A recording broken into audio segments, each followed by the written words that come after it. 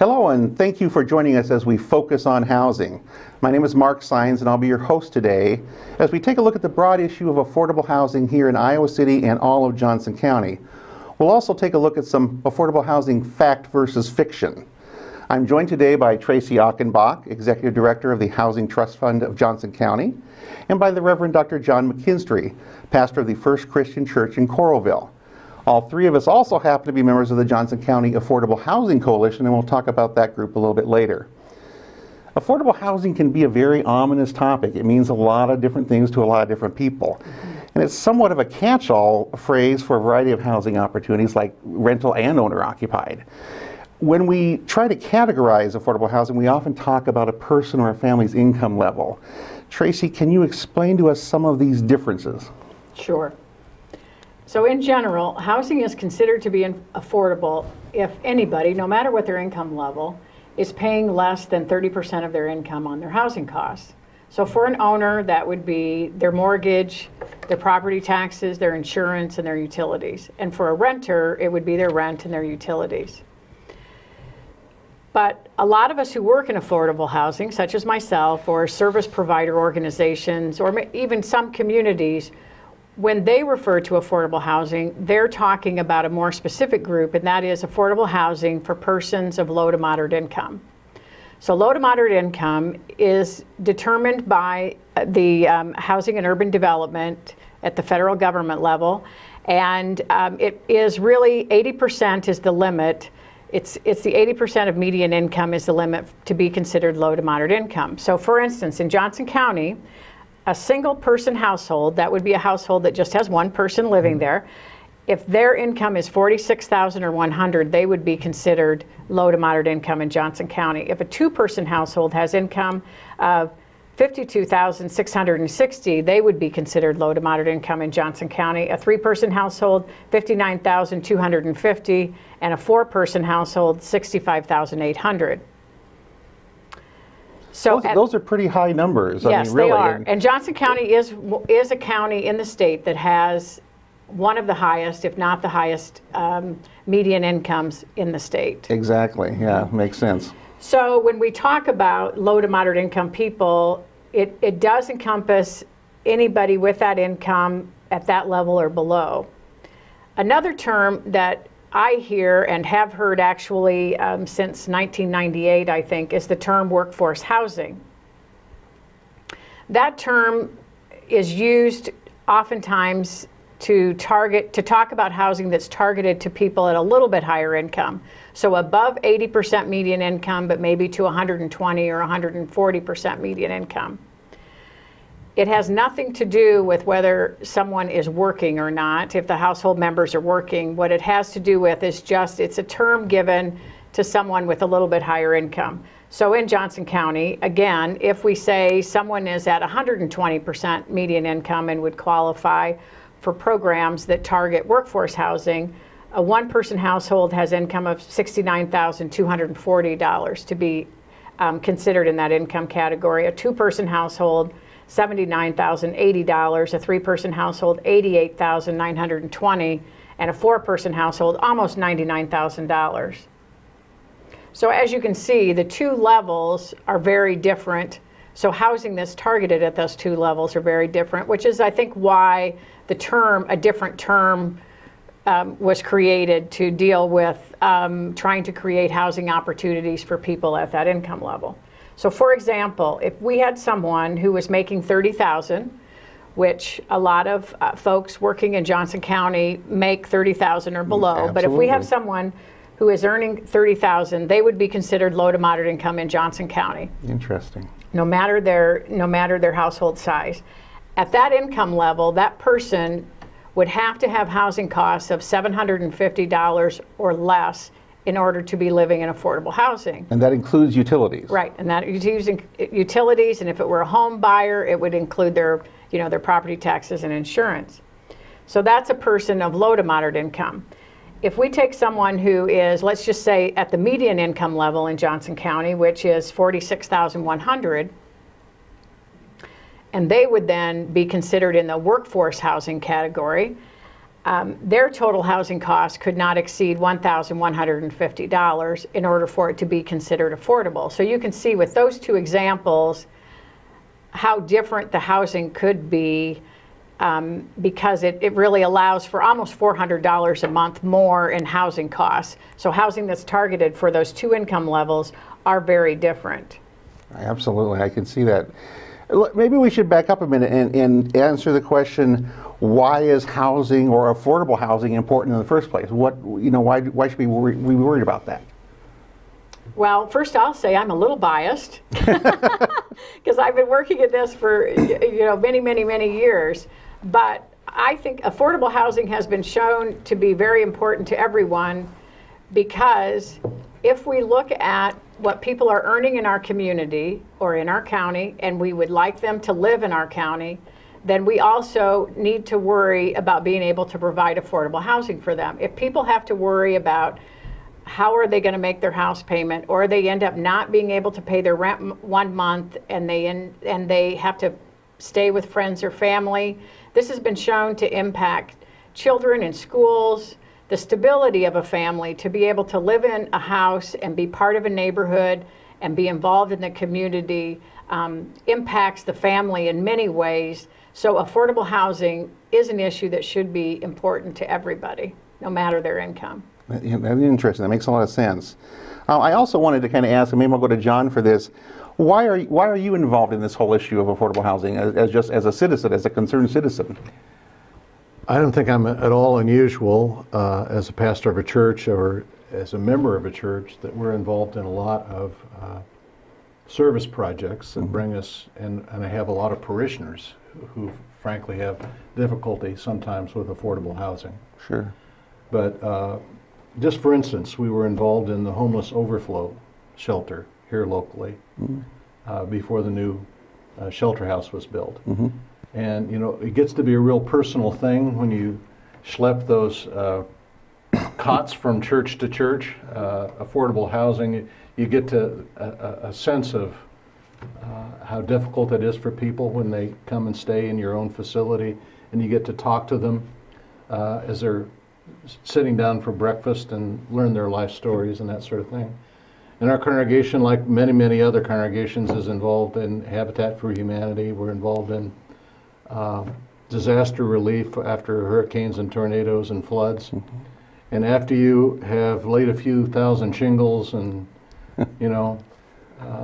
cleaned the muck and mud out of a house, and you see the impact that your personal labor has on a family, when you work beside them on a Habitat house, it becomes very personal, and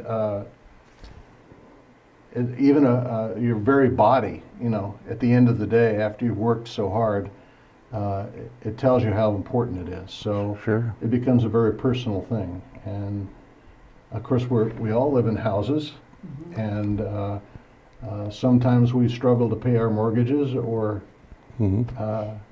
we haven't been able to afford that kind of house we want. It becomes a very personal thing with all of us very quickly. And costs aren't going down, that's for sure. That's for sure. It seems like a lot of time the general public has some preconceived notions about what this whole affordable housing thing is, and who's using it, who's maybe taking advantage of it. John, from your experience, can you share with us what kind of people we're talking about here? What kind of people are typically needing or utilizing affordable housing that you're aware of? Because I'm a pastor, people come to churches when they're sometimes in their greatest need, and that's just kind of a normal thing. I think every pastor in Johnson County sees people like this on a regular basis who are struggling.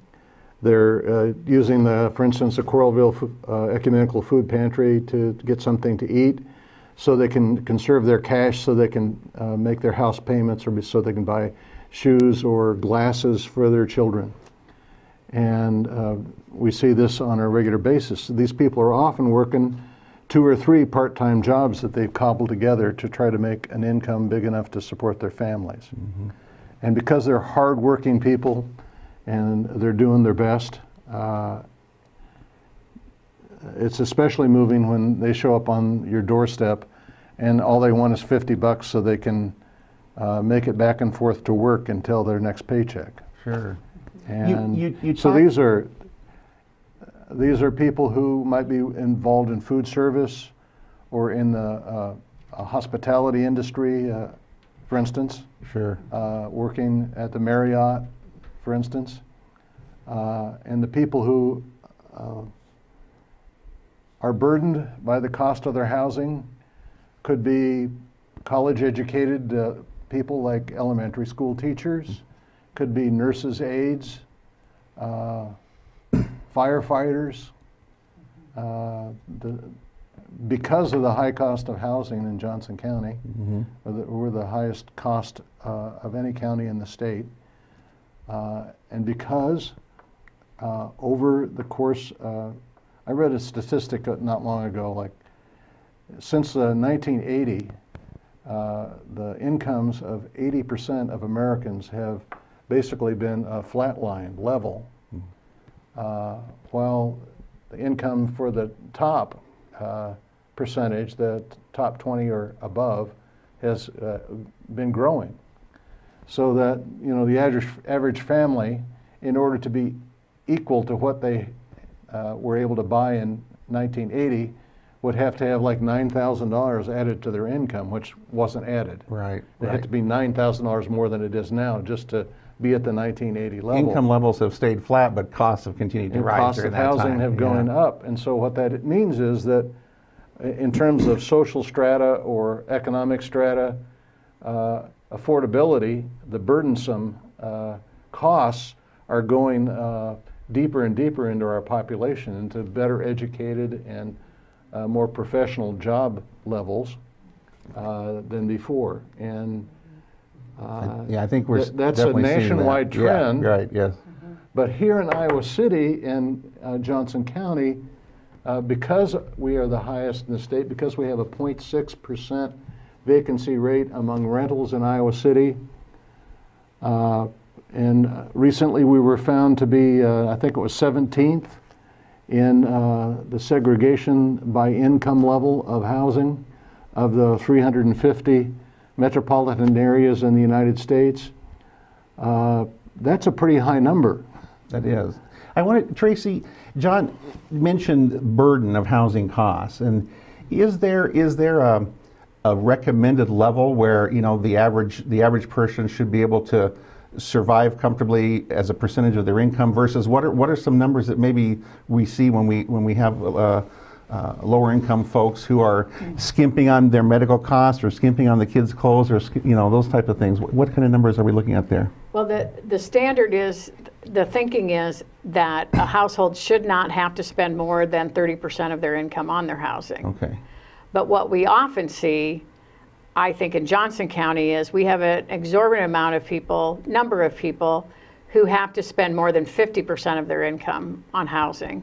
And as John said, that really impacts what they can spend their money on outside of housing. And that's one reason that it should be an issue for all of us, is that it means that they have less money for health care. It means they have less money for food. It means they have less money for transportation if they have to spend so much money on housing itself. That makes a lot of sense, yeah. And I would say that the lower the income, the much higher the percentage of their income they're spending on housing, obviously. Sure. Because of the numbers. That makes sense too. I know, John, you recently moderated a panel discussion that the coalition put on out in Coralville, where we talked about affordable housing. Your panelists had a lot of experiences living with or trying to get into affordable housing situations. Were there any themes you got out of that event? Yes. I was hoping you had. Being in real estate, you should understand, you know, realtors always talking about location, location, location. And I think that the panelists illustrated for us how that's true, how, you know, of any of the factors, socio and economic, that the really core and central factor in many of these families, nationwide, but particularly with our panelists, was where they could live. And there was one of the families that, for instance, had to commute in from a smaller town 30 miles away. And you know, some people say, well, you know, people commute long distances. There was a story in the paper recently about a man who walked 35 miles. Remember that? Yeah, to Osceola for a $9 an hour janitor job. People do that here in Johnson County in various ways.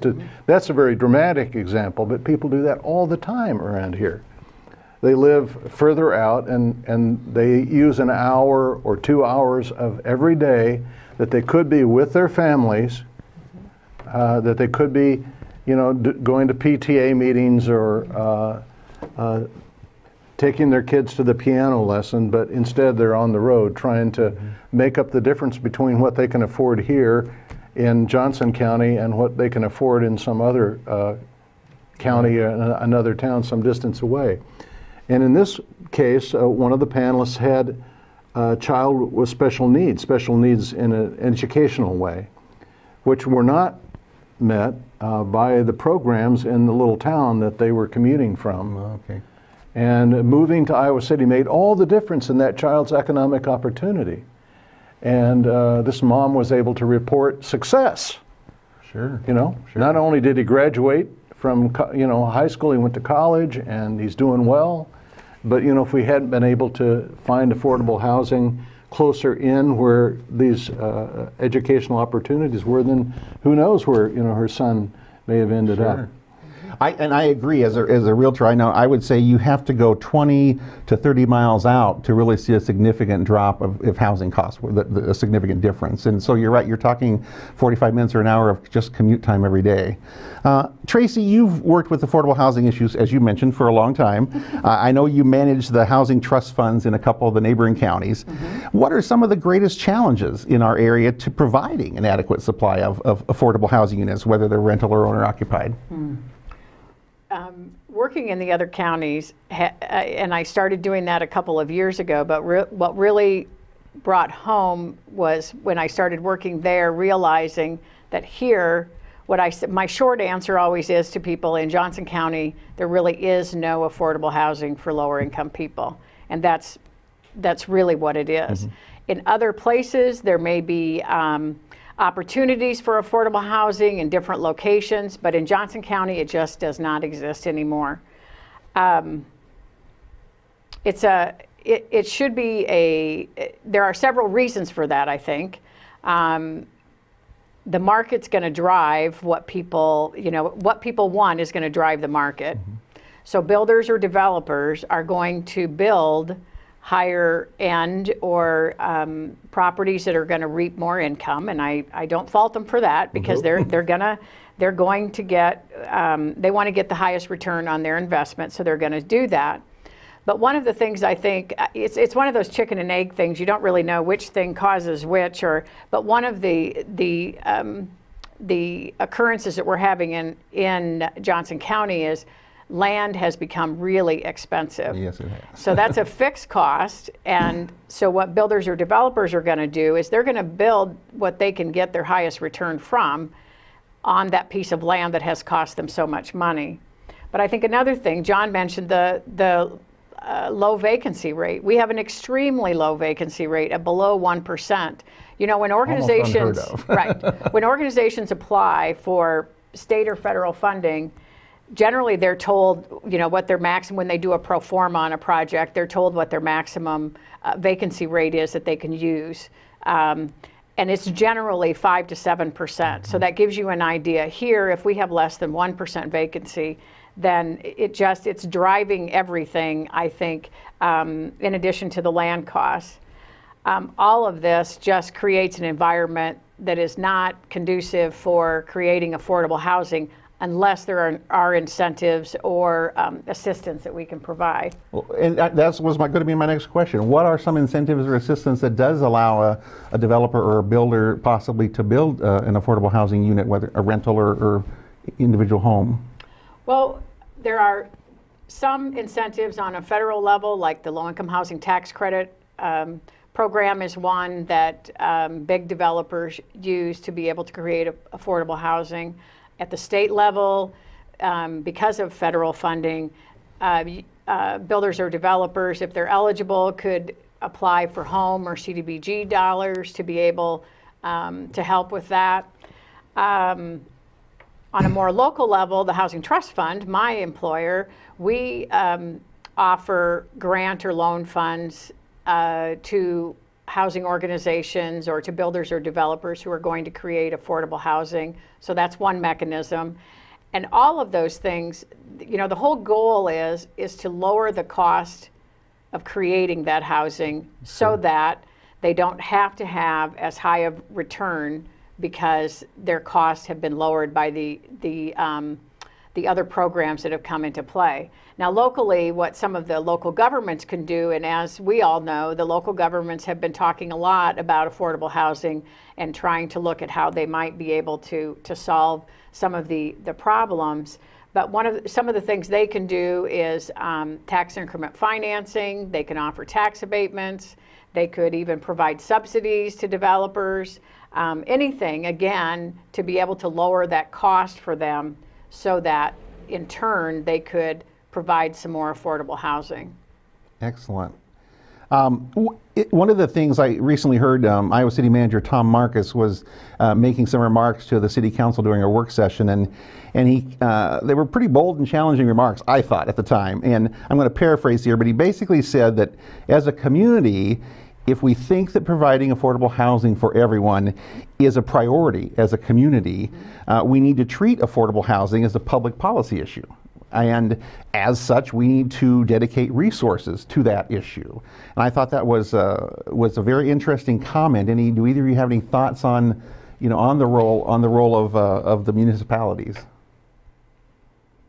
Shall I go first, or do you want to? Oh, go ahead. That's well, I think that the municipalities have to come into play for all the reasons that we've talked about.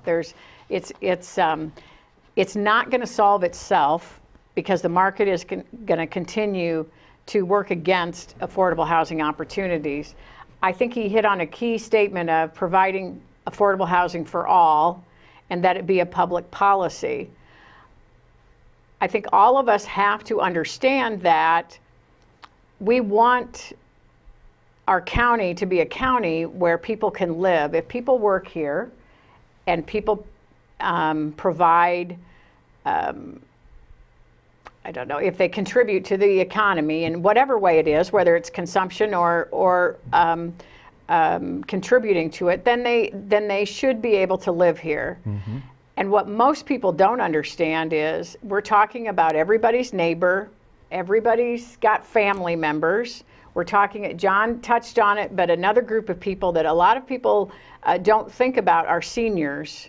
I've worked a lot in rural Iowa in previous jobs.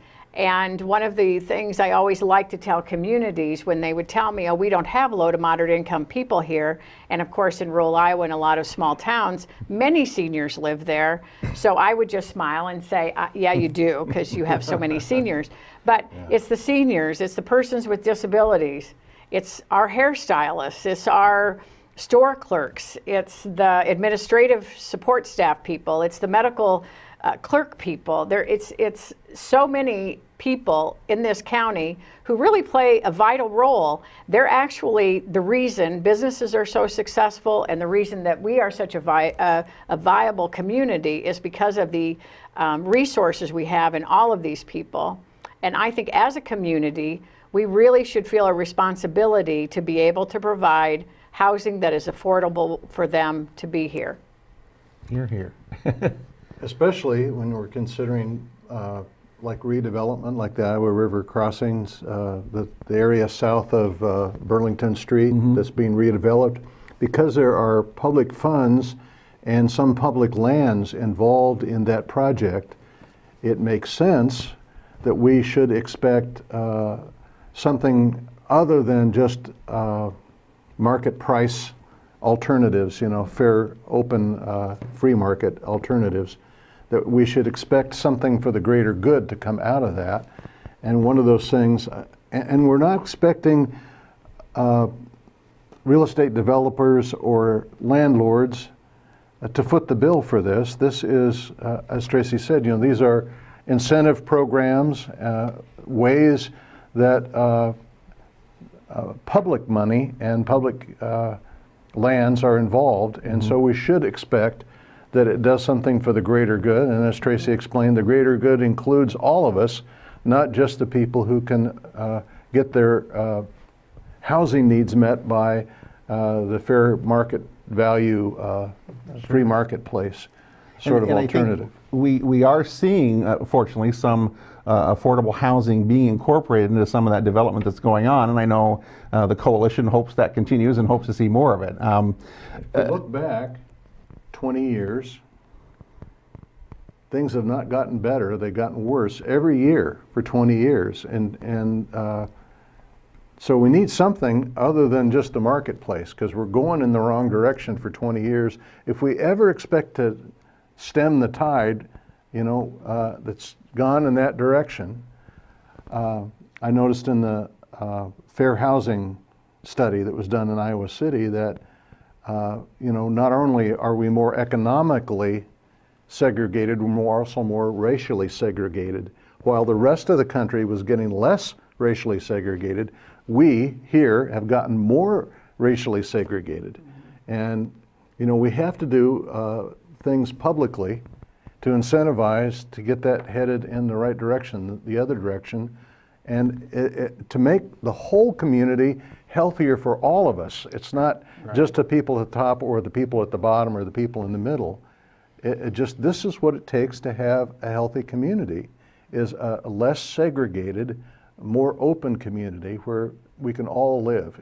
All the people who are essential for the economy in this area need to be able to have simple, decent, affordable housing at the least. I think you touched on, a basic issue over a long period of time is the cost of housing, and it has increased at a much faster pace than wages, basically, is a bottom line problem. And so that's why I think your point, it's very hard we're not going to reverse that process, and it's and so the key is how do you fill that gap. Another thing that we touched on, I think there's a lot of oftentimes a lot of misconception about who is using affordable housing. And Tracy, you mentioned seniors and people with disabilities. And I heard a statistic from the Iowa City Housing Authority, one of the staff members recently, where that's the majority of people that are using their programs are seniors and people with disabilities. So it is, it's some very basic needs out there, I guess, and I think there's a lot of confusion about that. I think we'd be a little remiss, and we've kind of touched on this earlier about the role that maybe the University of Iowa has on housing here in the area. And we obviously have literally thousands of students that come here every year looking for a place to live. The university and the university hospitals employ thousands of employees, and they all need housing. And in some cases, the lower wage earners need affordable housing. And we know that this shortage of there's a shortage of student housing, which again goes back to driving the market. They're competing for whatever little bit of housing stock we have, and the costs are reflecting that and driving up. Any other thoughts on how the university impacts the market, or how the market impacts the university's employees? Go ahead. Two things for me. Mm-hmm. One is a negative thing. I'll start with the negative thing. And that is that study that found us to be 17th in economic segregation in the country of all 350 metro areas. One of the big reasons is the presence of a large university in a relatively small metro area. And we love the university and what it does for us, but the segregation, and it's understandable why there is this level of economic segregation, partly because of the university. Sure. The other thing I want to say is that my niece moved into a house on the same block where I live, which is a wonderful thing, because of the university program. And this is a program which, for people who work downtown or who work for the university and who are of moderate income, it subsidizes the purchase of houses, most of which have been multiple family or rental units, and it makes them owner-occupied units again. It stabilizes neighborhoods, and I just want to say that I think it makes a lot of sense. I think it's a wonderful program. It makes a lot of sense. Instead of building larger roads to go further away to bring people in from small towns some distance away, you know, making walkable neighborhoods where we are, perhaps causing higher density in the center of the city and having better public transportation systems and spending our money on housing instead of roads. And it makes a lot of sense to me, I think, because then we have a better quality of life for everybody in our community. The University program is a good example of partnership between the university, between the city, and some nonprofits, I think, in the area. And you know, that it touches on another issue that, you know, in some areas we see what's called employer-assisted housing to help address this issue, where companies that employ large numbers of people in those areas are helping to fund some of these gaps in the affordable housing market. We don't see a lot of that in our market yet, do we? I don't, but I haven't really looked for it. But I think that the reason that it comes about, really, and I have worked with employers in previous jobs where they have established programs in other parts of the state, and part of you know, they're motivated to do that because they want their employees to live close to where they work. It helps with being absent from work. It helps cut down on if the car breaks down. It helps employers to have their employees live closer in. Makes sense. I think that the university's van pool, they have such a large van pool, and they provide those to many. You know, they're operating all over the place in Iowa to be able to bring employees here.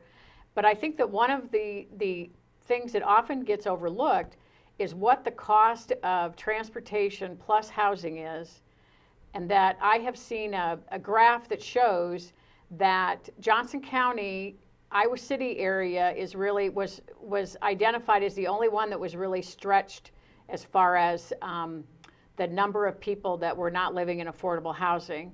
But the entire county was shown as being not affordable when transportation costs were combined with housing. So it's one of those things, as you were saying, that ends up impacting everyone when they have to, you know, add in that cost to go to work every day, you know, or to drive in every day. And the family time, as John said. Yes. Yeah, that's very interesting. And the volunteer time. They would be stronger community members if they had more time rather than to be in town. Be in their vehicles, right. I wish I had grabbed that study about senior retirement place to live that listed it as number 2 in the nation as a wonderful place for people to retire to, but then we're like 29th in affordability of housing amongst those people who were, those communities that were listed as great places to retire to. We're still way down here in terms of the cost of housing being so high. A big gap there still. Even though we have a wonderful, health services and great cultural life and so many other things. I did see that too, and it was very interesting. Before we wrap up here, John, can you tell us a little bit more about the Johnson County Affordable Housing Coalition? I mentioned before we're all members of that group. Oh, it's just wonderful people. We're all wonderful people. What is the group? Who's part of this coalition? Let's start with that. Well, there are a lot of groups. I represent the Consultation of Religious Communities, which is about 25 congregations in Johnson County, includes the mosque and the synagogue and a bunch of Christian congregations. Tracy in the Johnson County Housing Trust has a lot of partners in private and public partners. And we have elected officials. We have Greater Iowa City Housing Fellowship, Habitat for Humanity, Shelter House, and a lot of just interested, active citizens as a part of our group. And like I say, they're all wonderful people.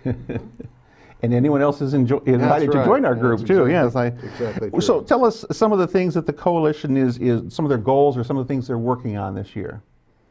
Well, there's the YIMBY program, yes in my backyard instead of not in my backyard.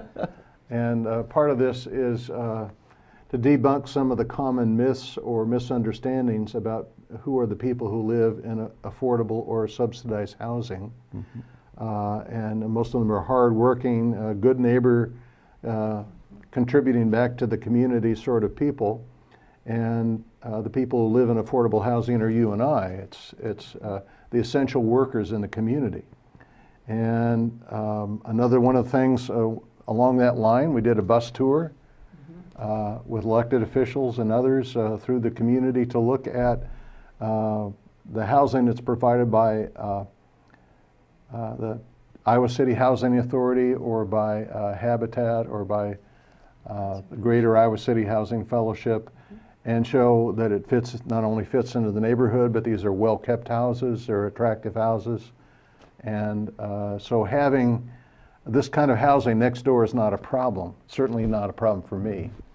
And there are people's ideas in their heads about what this housing is going to look like is entirely different than when you actually see it. It looks much better than you would have imagined from what you've heard on the street. I recall the general consensus from pretty much everybody that went on that bus tour. They were just amazed at how just driving down the street, you would not know which one was an affordable housing unit and which one was a market rate housing unit, and that was pretty across the board. People were impressed by that. Not only do we have elected officials who are part of our group, but of course we talk to a lot of elected officials.